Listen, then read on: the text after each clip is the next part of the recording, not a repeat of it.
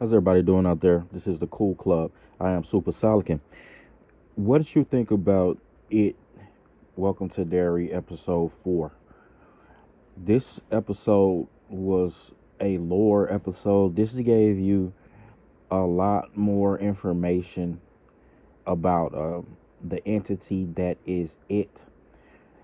One of the things that it showed, this is all through the memory, through Dick Halloran traveling in the mind of Taniel, the Indian, the young man who's the son of Rose, or the son of the Indian lady who's taking care of all of the artifacts and the secrets.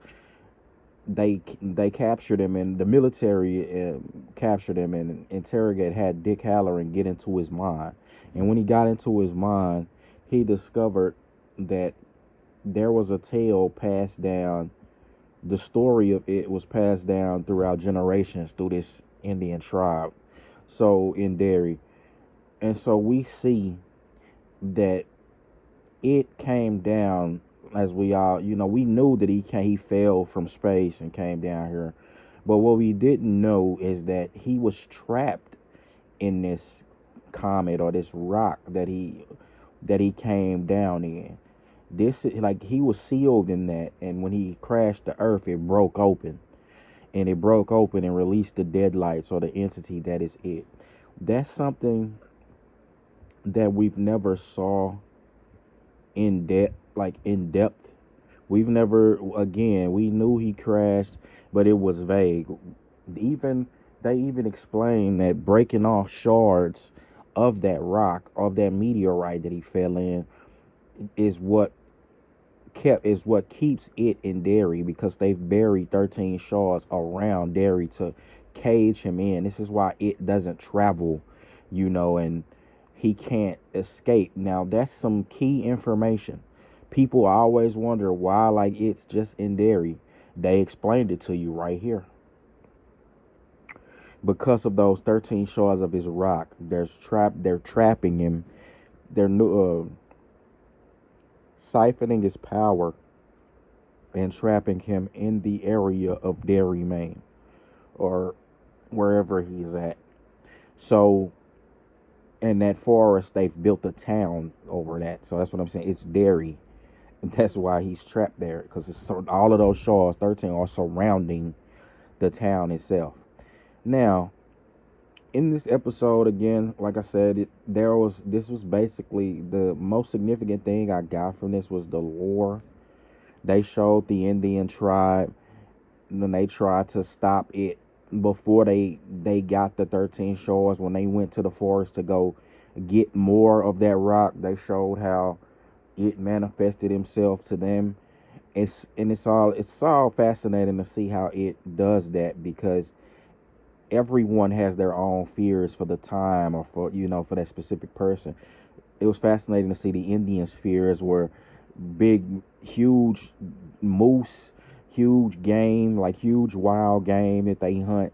That's just so that's nightmare, like that's zombified, or more formidable than anything, like the game of legend, and all they also manifested their fears as the white man.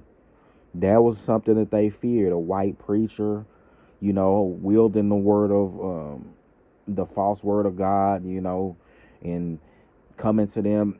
So this was it's always fascinating to see that about it. The way other people's fears manifest and what they're really scared of. In this episode, we also saw that Will, what Will's fears are. He was fishing with his father, Leroy, and then as Leroy went to the truck to go get some bait, we seen that Will was attacked by Leroy, by a burned version of Leroy, and he told him that you'll burn too. There's two things here. You see that I keep calling him Mike. You see that Will feared that his father would be burned alive in a plane crash, and he always pictured his burned body like that. But in a turn of irony, we see that it is predicting Will's future because Will is actually going to be burned alive. That's how he's going to die. This is Mike's father, and that's how he died. So it was a bit of foreshadowing and a bit of manifesting his fear as well. There's a great scene there to, because it does both of those things. Again, it was cool to see Dick Halloran get into Daniel's head and see how it looks when he gets into a person's mind. There's doors of their memories that he can walk through. But I think as the show goes on, man, we're gonna see Dick's mind become more and more unstable as it invades it, and the things that it and the people that it has touched invades his mind. Like it's gonna get wild. We also see Rose trying to. Rose is trying to get intel from Charlotte. She wants intel from Charlotte about what the Air Force is doing. Charlotte is, in turn, trying to get Hank out of jail. We find out that Hatchet Hank, or Ronnie's dad, that he was actually with a married white woman that night when the murders happened at the theater. So he doesn't want to tell anyone because he believes that the if he reveals that, he'll be hung and that the white woman's husband will do something to her. Like, so he doesn't want to put that information out, even though it can free him. So there's a lot, that this wasn't just an episode full of a lot of, well, again, you didn't see it. Like, you're not going to see that. You didn't see the clown as much at all.